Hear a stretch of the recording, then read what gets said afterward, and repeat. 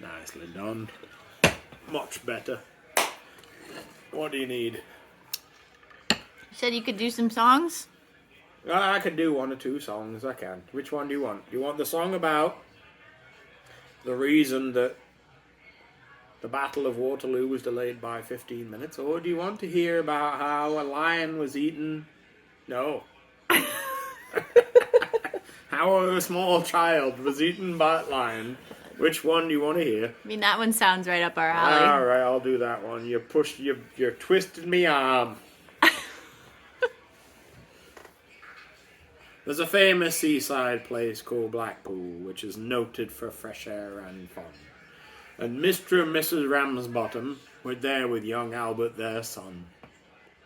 A grand little lad with young Albert, all dressed in his best, quite a swell, with a stick with an horse's head handle, the finest that Woolworths could sell.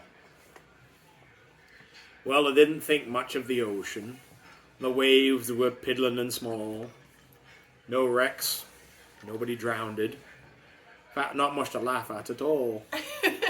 So seeking for further amusement, they paid and went into the zoo, where there's lions and tigers and camels, and old ale and sandwiches too.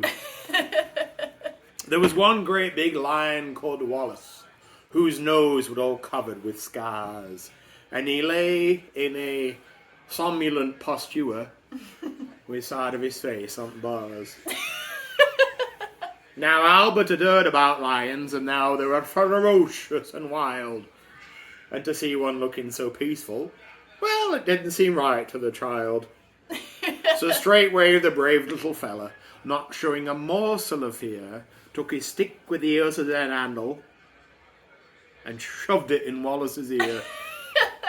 Well, you could tell the lion didn't like it, and with a sort of a roll, he pulled Albert in the cage with him and swallowed the little lad all.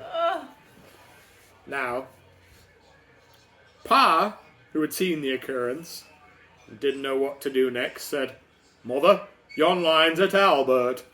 And Mother said, "Here I am vexed."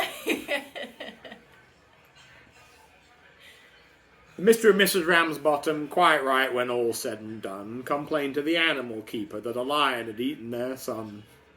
The animal keeper was quite nice about it. He said, "What a nasty mishap." He said, "Are you sure it was your child was eaten?" Father said, "I'm sure. There's his cap." "I," said Mother, "I think it's a shame and a sin that a lion should go and eat Albert, and after we pay to come in."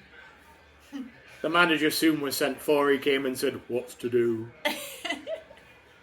Said Father, "Yon lion's at Albert, and in his best Sunday clothes too." The manager wanted no trouble. His hand to his purse went straightway. He said, "How much to settle the matter?" And Father said, "How much do you usually pay?" But Mother got quite awkward when she thought where young Albert had gone. She said, "Someone's got to be summoned." So that was decided upon.